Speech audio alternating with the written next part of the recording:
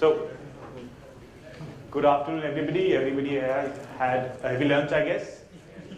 And the guy who was serving ice cream was serving a lot of ice cream. And some of you might have noticed Pradyut with a lot more ice cream. He did say it was for the other guy next to him, but I kind of don't trust that point. So yes, it's how are you all liking it till now, the event? How many of you attended Android events in Bombay before? Which events?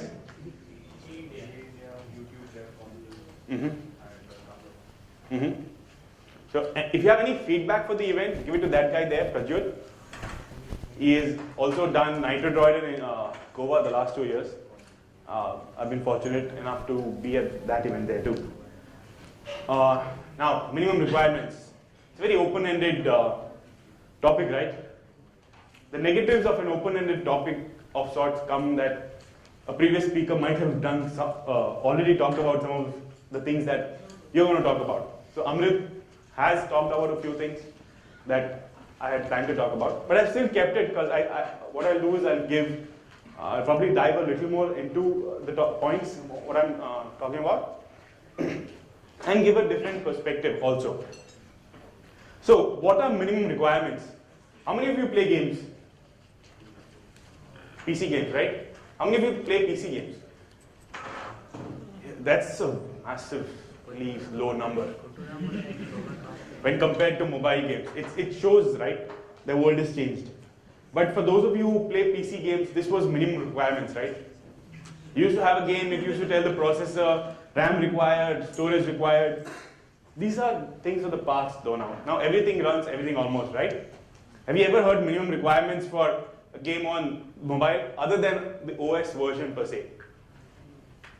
There are only very few games or very few apps that kind of do that. But when you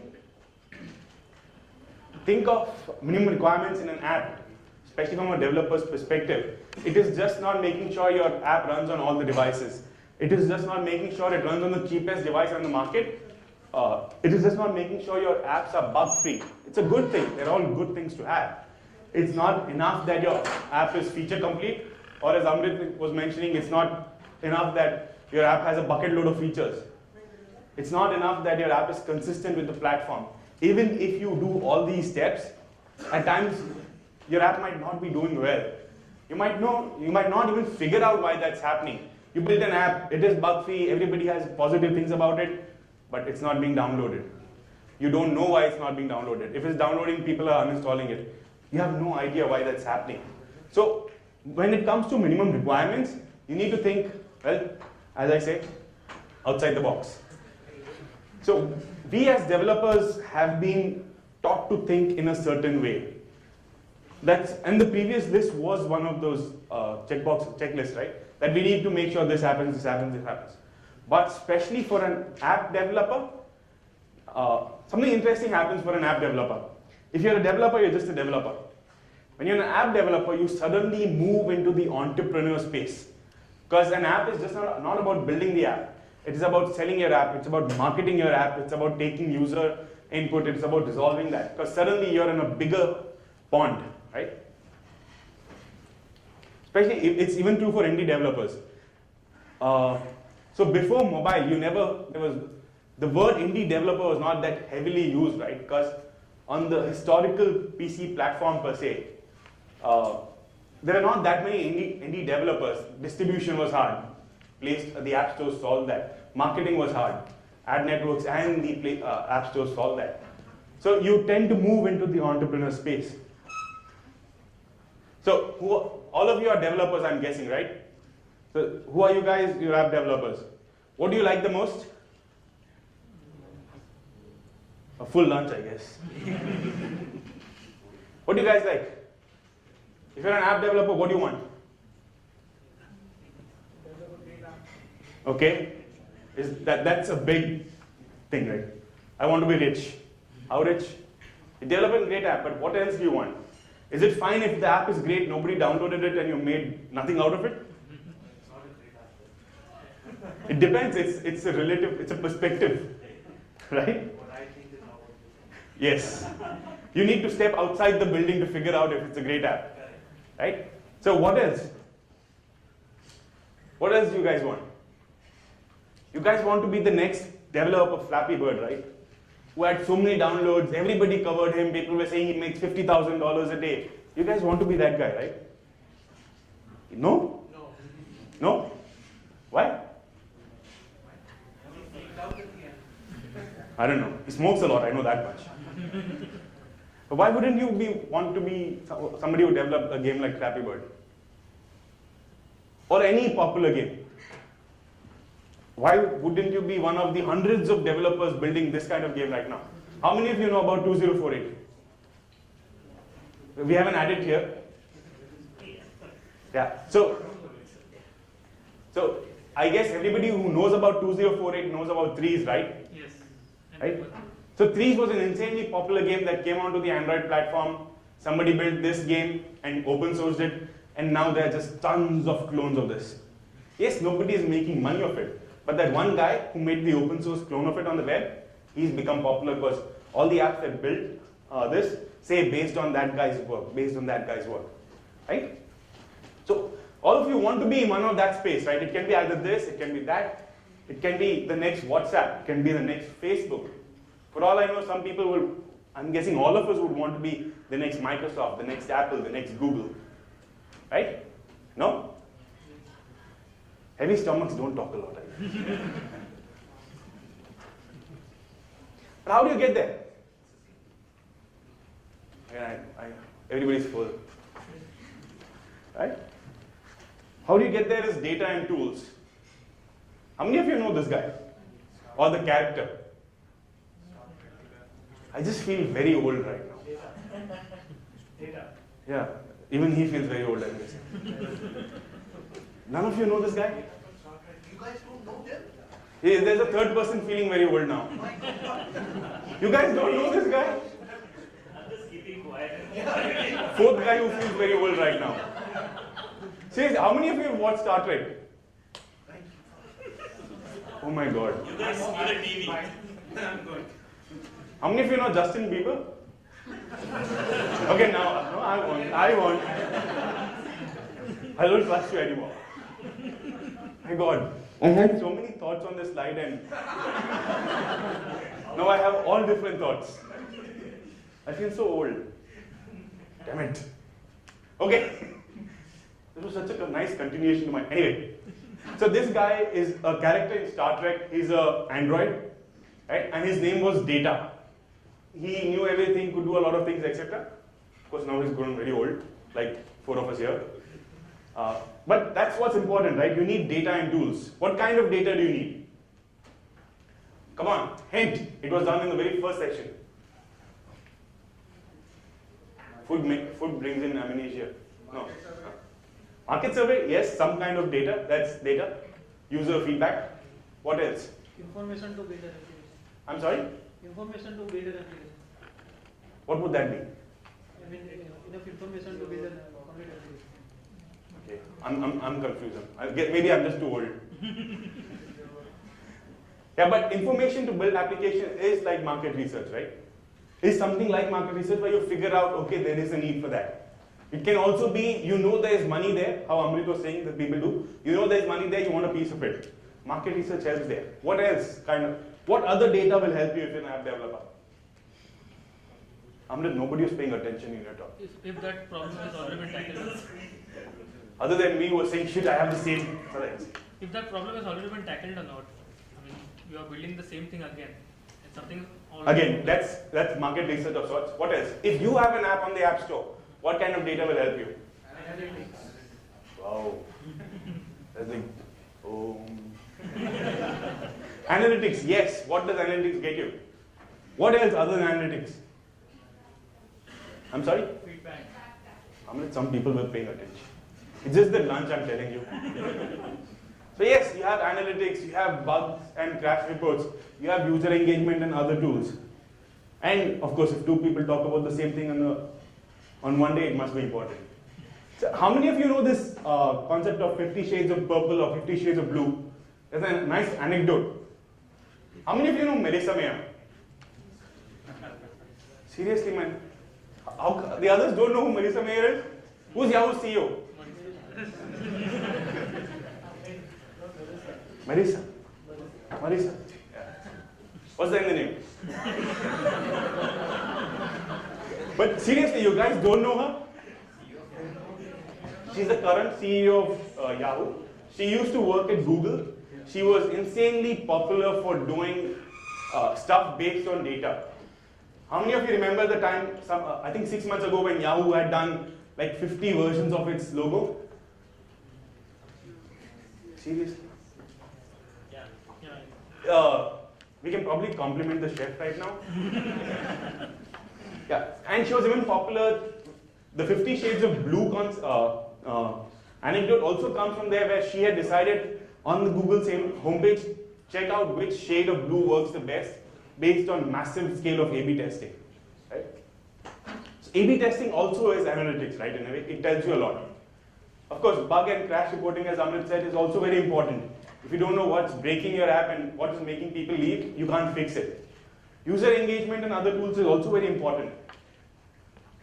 As we got to know before, that very few apps are actually downloaded and even fewer are actually opened.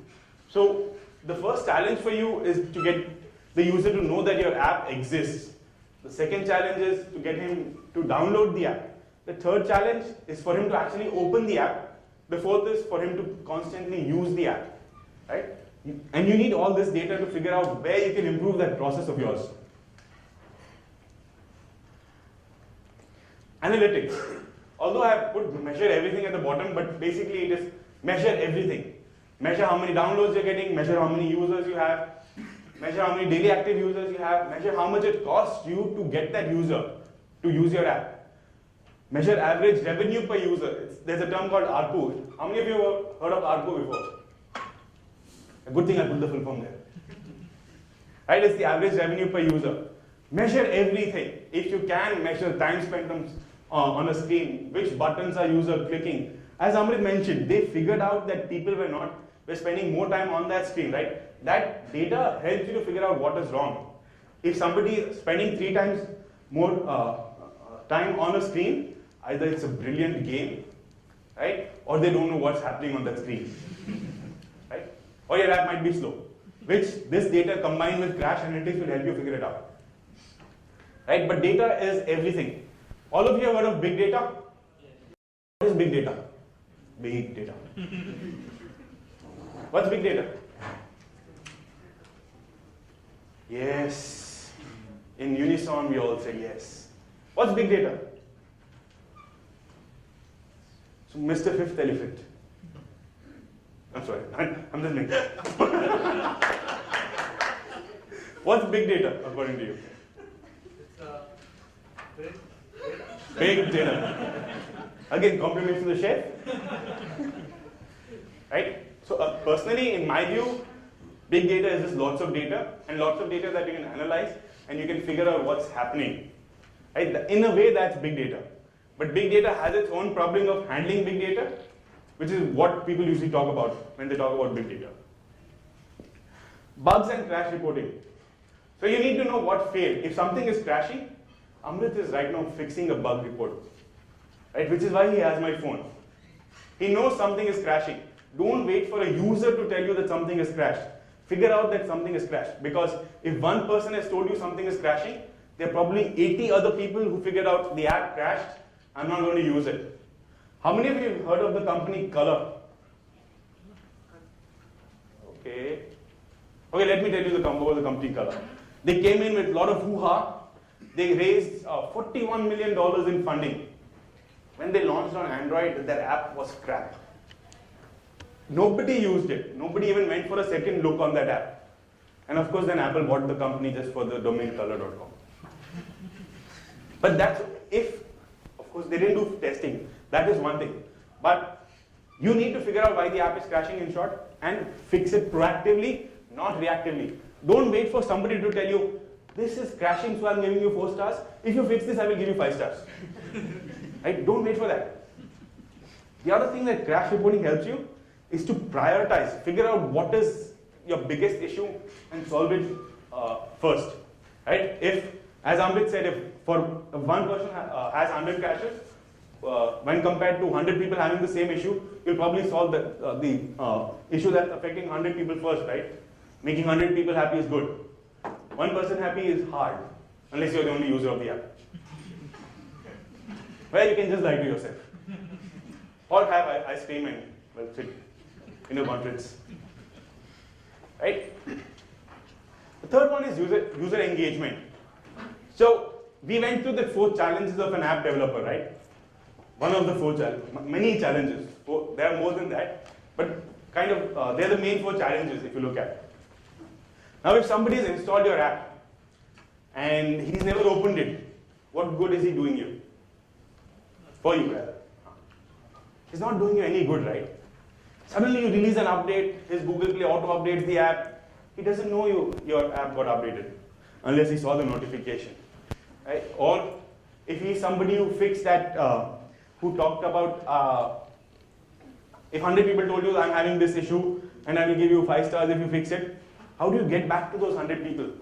Are you going to individually tell them on their comments reply, we fixed it, please give me 5 stars. We fixed it, please give me 5 stars. Are you going to do that? You should. But another way to do it is actually send a push notification to your app, right? There is one way to communicate something to your user, right? So as Arvind mentioned, that not all apps get the love, right? That's one big challenge. I think we can ask Amrit, who seems to be lost in code. How many daily active users, if you can kind of tell us, daily active users to downloads, percentage-wise? It's about 1:4. And how many installs when compared to daily active users? no, the active users to install the 1:4. Daily active users to installs is 1:4. He can probably have 4 times the number of people using his app, but no, they're not using it.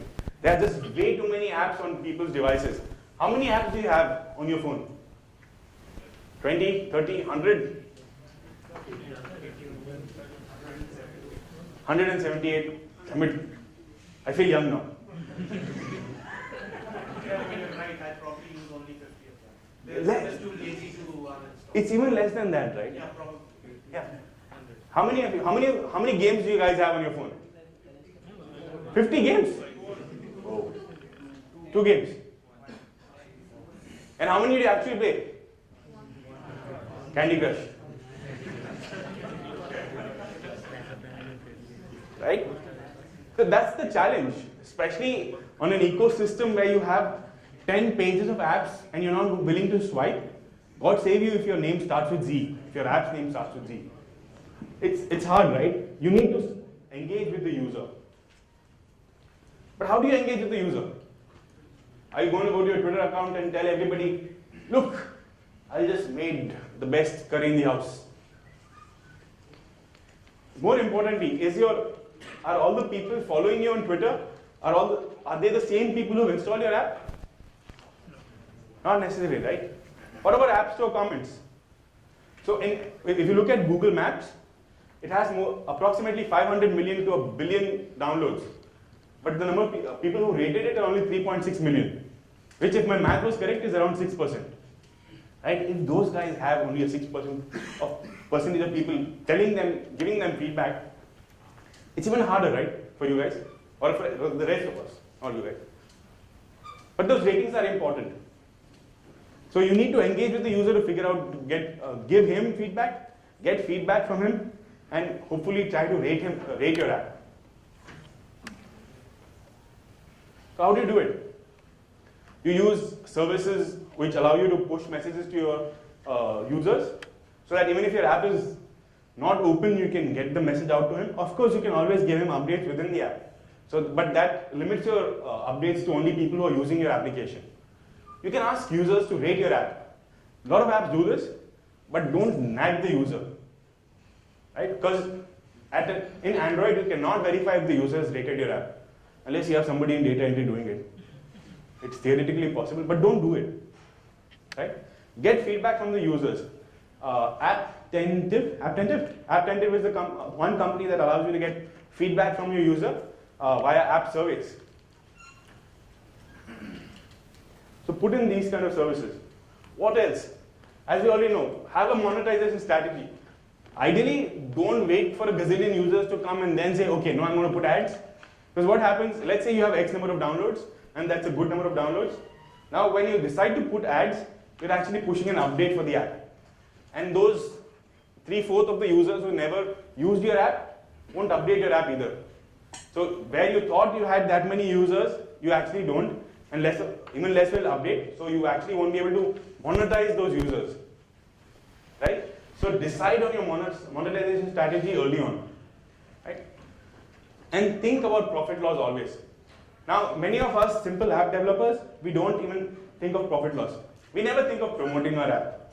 But it's a good thing to market your app, promote your app in various mechanisms. Various ad networks allow you to do that by paying per install. So it's called as inorganic installs. And they help you promote your app and push your organic installs also. Excuse me. So Amrit already listed a bunch of libraries. I'm kind of doing similar things here. So these are some good analytics and bug tracking libraries. I'm not going to go through them all over again because we already discussed it in the very first session. So user engagement, there's an open source library on GitHub called AppyRater, which is for iOS, and AppRater, which is for Android. In fact, now, last I got to know yesterday, day before yesterday, there is another developer who's built an app rating library, and it does not even do the pop-up kind of thing, it just slides up from the bottom. So it's lesser nag, but it kind of reminds you to reminds the user to rate your app. Other services are AppTender, Urban Airship. Urban Airship is a service that can allow you to set up push notifications to your end user. Of course, you can directly use Google Messaging. The next service is tracking. This is where I mentioned, right? Keep track of how much you're spending to acquire a user. So services like HasOffers, AppsFlyer, and Visa tracking will allow you to figure out how much you're spending. And so if I'm spending my money with 4 ad networks, these will tell me who's performing the best and how much you're actually spending. So that way you can maintain the profit loss equation of sorts. You don't want to ever enter a scenario where you're paying more to get a user onto your app than how much you're actually earning from him. That's a pure loss scenario. Monetization, again, so this was also discussed in a way, but these are kind of the models of sorts. There is free, as in free beer, which are probably open source apps or some developer who has a lot of free time. And then there are free ad supported apps, there are paid apps, there are premium apps, which are basically apps that are free to download, but certain features or certain updates might require in-app payments. Then there are subscription services, which usually work only for content. If you're not a content app, subscription services won't do you a lot of good. And of course, then there are hybrid models. Hybrid models are the one where you can say my app is, let's say, free with ads, but if you do an in-app payment, I will hide the ads. Right? Or it can be a subscription model. If you pay a chunk extra, you will get 1 year subscription for free. Basically, that's what hybrid models are. And they're actually good because suppose you ran a mechanism where you had a free app and a paid app. Now you have 2 different apps which have 2 different ratings. And you have to maintain those 2 different apps. Instead, if you had an app which kind of said, if you have an in-app payment, I will remove the ads, you have a single code base per se, and everybody is rating the same app, right? Now, this is Sandwich plug. So Amrit kind of said it's easy to integrate most of the apps, but that's Amrit who's debugging stuff there. For us regular folks, it might take us more time to integrate. I remember when I was integrating Crashlytics, it took me like 2.5 hours to figure out how to install Crashlytics properly because it wouldn't install. And then when it actually went to my team member, we had a problem where it installed, the app got compiled, and when we actually ran the app, it was like, this component is missing. So it's hard, right? I'm not saying it's very hard, but yes, integrating third-party libraries is hard. And if you add up these small chunks where you add an analytics library, you add a feedback library, you add the app data, etc., it takes considerable more time. Especially if you're in a lean startup, you don't want to spend that time, right? Or if you're building a prototype, probably you don't want to spend that additional effort, but that data is helpful, correct? Lunch? soup, ice cream. But that data is very important, right? Especially if you're in a startup mode, where you can't afford to spend that much time on coding. You need to ship stuff out more quickly. And this is where my plug comes in a little. We have built a product called the App Wrapper, which allows you to integrate many of these libraries without writing any code. So you just select what kind of services you want to add, and you click integrate. So in less than 2 minutes, you kind of integrated a bunch of libraries.